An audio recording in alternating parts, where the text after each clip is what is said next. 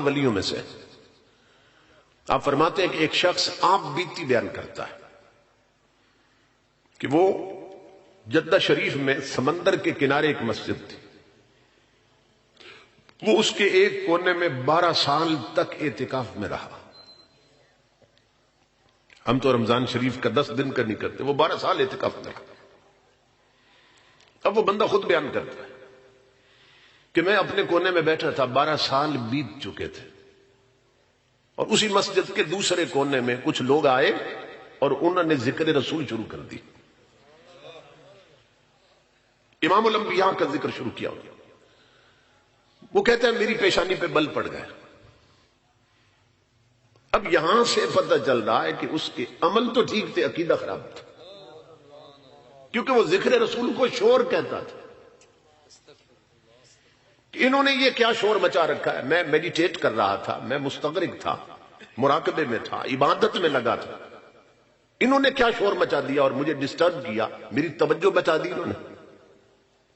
اس سے اس کا عقیدہ معلوم ہو رہا۔ تو وہ کہتا ہے میں اپنے کونے میں بیٹھا تھا، وہ 7-8 بندے تھے، میں اکیلا تھا، اب انہیں روک بھی نہیں سکتا تھا، انہیں روک بھی نہیں سکتا تھا۔ امام الانبیاء کے غلاموں، اس لیے کہ ہر دور میں حضور کے عاشقوں کی کثرت رہی ہے، کہ دنیا کی طاقت انہیں روک نہیں سکتی۔ سمجھ رہے؟ ایک عاشق لاہور سے چلا اور فیض آباد پہنچا، ٹانگیں نہیں تھی، اس نے بتا دیا کہ محمد عربی کا عشق والا اگر معذور بھی ہو تو کوئی روک نہیں سکتا۔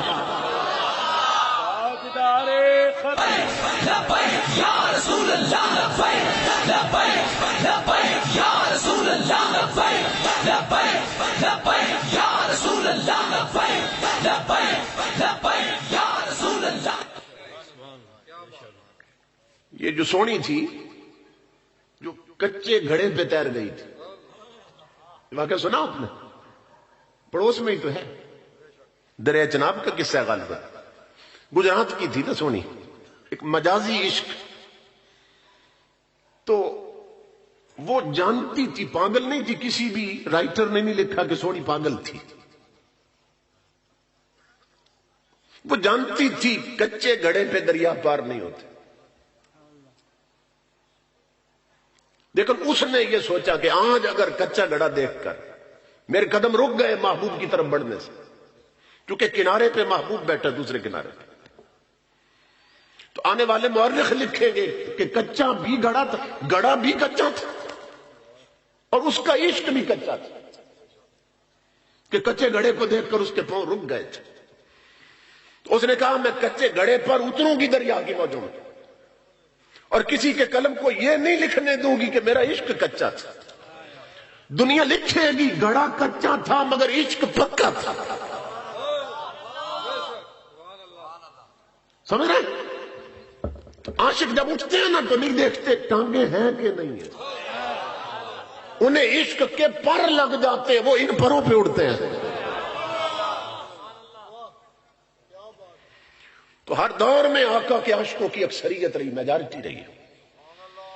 تو وہ کہتا ہے میں تنہا بیٹھا تھا اپنے کونے میں، 7-8 بندے تھے، اب میں روک بھی نہیں سکتا تھا، مگر منظر یہ بن گیا مسجد کے اندر کہ میں اپنے کونے میں ذکر نبی سن کے جلتا رہا، وہ اپنے کونے میں ذکر یار کر کے مچلتے رہے۔ اسی ذکر سے کوئی جل جاتا ہے، کوئی مچل جاتا ہے۔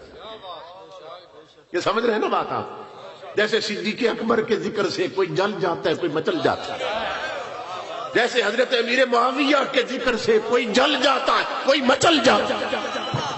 ہر صحابی نبی جنتی جنتی، ہر صحابی نبی جنتی جنتی، ہر صحابی نبی جنتی جنتی۔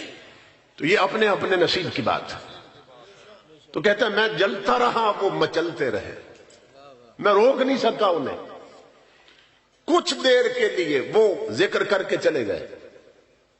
یہ حضرت شیخ شہاب الدین سہروردی بیان کرتے۔ وہ بندہ کہتا ہے لوگوں اللہ کی عزت کی قسم، وہ چلے گئے، اور رات کو جب میں سو گیا اپنے کونے میں تو میں نے خواب دیکھی کہ جس کونے میں 12 سال میں اعتکاف میں رہا وہ کونا خالی پڑا تھا، اور جس کونے میں چند گھڑیاں ذکر مصطفیٰ ہوا تھا وہاں تاجدار انبیاء خود تشریف لائے بیٹھے تھے۔